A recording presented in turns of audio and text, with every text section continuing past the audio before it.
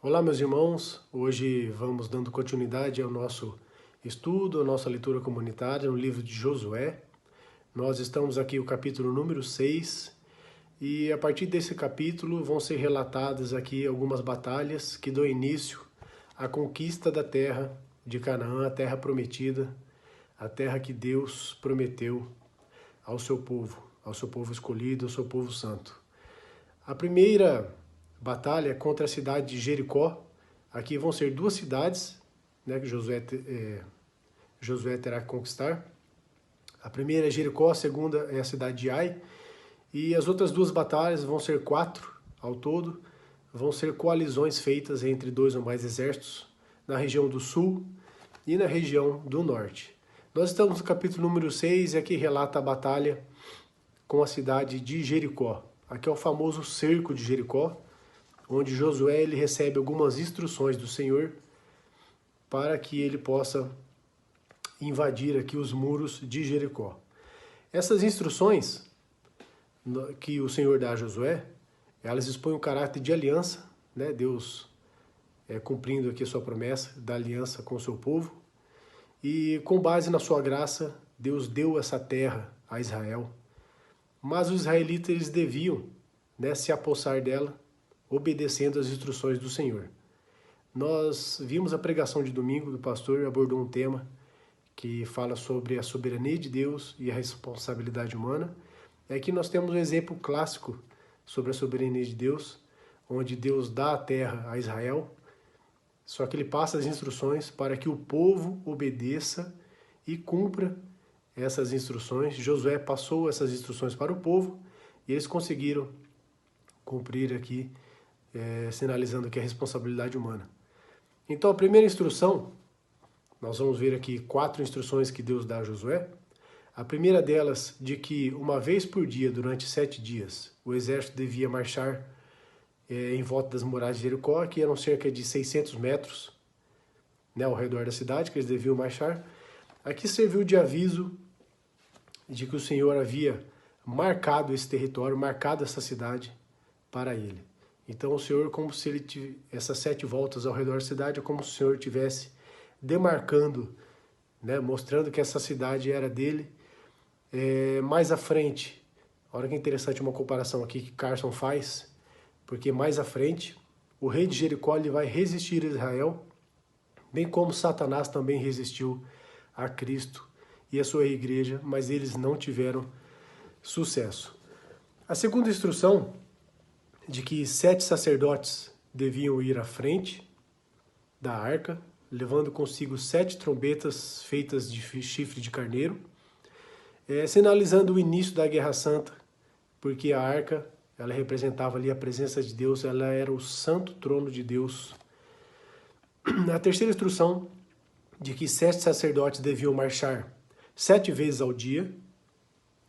O número 7 aqui, ele foi repetido 7 vezes.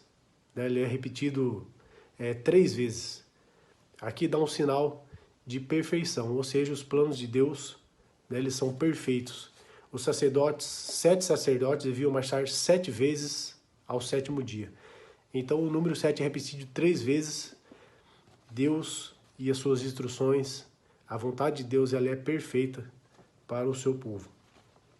A quarta instrução, de que cada guerreiro devia atacar a cidade à sua frente, depois que os muros caíssem, aqui ela se consuma aqui essa instrução, quando eles consagram a cidade de Jericó ao Senhor, lá no capítulo 7, verso número 20. Então, após isso, essas instruções, no verso 6 e 7, Josué, ele repassa essas instruções, essas ordens do Senhor para os sacerdotes, e destacou aqui alguns homens armados para irem na vanguarda, à frente dos sacerdotes que estavam tocando as trombetas, e outros homens armados aí para irem na retaguarda, atrás da arca. Desse modo aqui o Senhor, o rei de Israel, ele assumiu o seu devido lugar no centro dos guerreiros.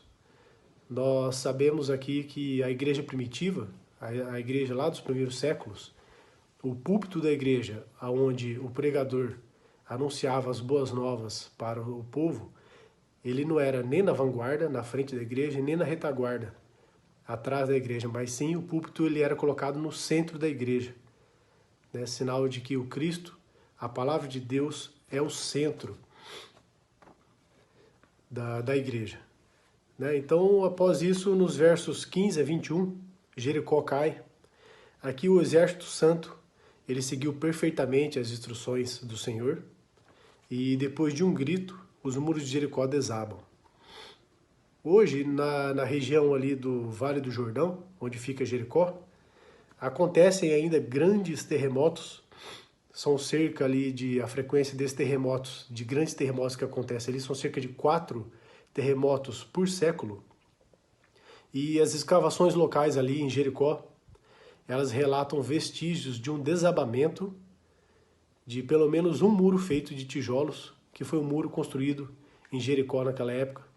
Depois, as construções futuras não foram feitas mais de tijolos, de barro. Então, esses dados arqueológicos, eles dão credibilidade de que as maravilhas do Senhor, né, foram executadas perfeitamente e os muros de Jericó caíram de modo sobrenatural. Nos versos 22 e 25, vai falar sobre a prostituta Raabe. Aqui Raabe vive e Jericó morre. Raabe e sua casa eles foram inicialmente postas para fora do acampamento, porque cerimonialmente eles estavam impuros. Mas na época que o livro foi escrito de Josué, os seus descendentes eles já estavam estabelecidos entre o povo de Israel, e ela continua a viver no meio do povo, no Israel novo, considerado aqui o novo Israel mediante seu descendente, Jesus Cristo. Isso mesmo, Jesus Cristo, ele é descendente dessa prostituta Raabe. Mateus 1,5 relata isso. Vamos ler aqui. Salmão gerou de Raabe, Boaz, e que gerou de Ruth, Obed, e Obed gerou Jessé. E assim nós sabemos que Jessé gerou Davi, e Cristo vem da linhagem de Davi.